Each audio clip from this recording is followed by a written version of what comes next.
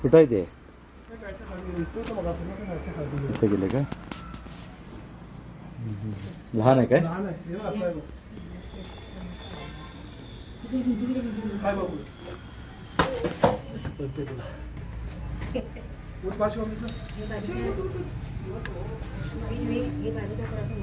बघा मी ग्लोव्ह नसताना पकडतोय तसं रागीट असलं तर हा चावू शकतोय, पण सर्वात शांत सापामध्ये आहे.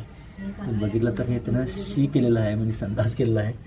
तुम्हाला बच्चा वाटेल, पण प्रौढ साप आहे. तिथून आता मे नंतर हे जास्त दिसायला लागतील.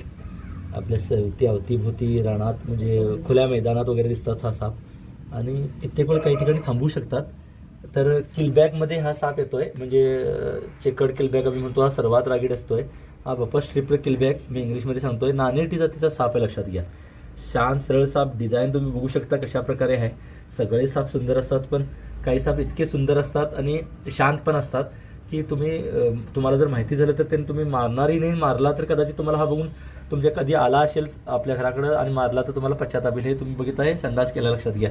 तर हे पण आपल्याला घाबरत असतात. खरं तर तो थोडासा आक्रमक वाटला, म्हणजे शांत सापामध्ये पण कधी रागीट असू शकतात, ते पण चुकून चावतात, त्यामुळे आपण काळजी घ्यायला पाहिजेत. पण स्वतःहून ते काय करत नाहीत, आणि हा शांत साप आहे, लक्षात घ्या. आणि शोसाठी पाहू शकता, सोपं करून मी सांगण्याचा प्रयत्न करतोय, म्हणजे एवढा तो शांत असतोय. गार्डनमध्ये आपल्या सहज तो दिसू शकतोय. बेडूक वगैरे खातोय, आणि हा पिल्लू नव्हे, लक्षात घ्या. खरं तर ह्या जातीमध्ये एवढे साप असतात, आणि पटकन म्हणजे तो साप जात होता म्हणाल त्याप्रमाणे मी हेल्मेटही काढलेलं आहे, आणि ह्याला मी इथं येऊन पकडतोय. आपल्या आजूबाजूला हा साप आता दिसू शकतोय, आणि नानेटी म्हणतात. ह्याच्या मानेखाली जे पिवळसर दिसतंय, काही भाग्यवान लोक ह्याला विषारी बघा त्याचं विष असं म्हणतात, आणि ह्याला बदनाम करण्याचा प्रयत्न करतात. पण ह्या सापापासून काही लोकांनी नानेटी म्हणजेच बपस स्ट्रिप्ड किलबॅग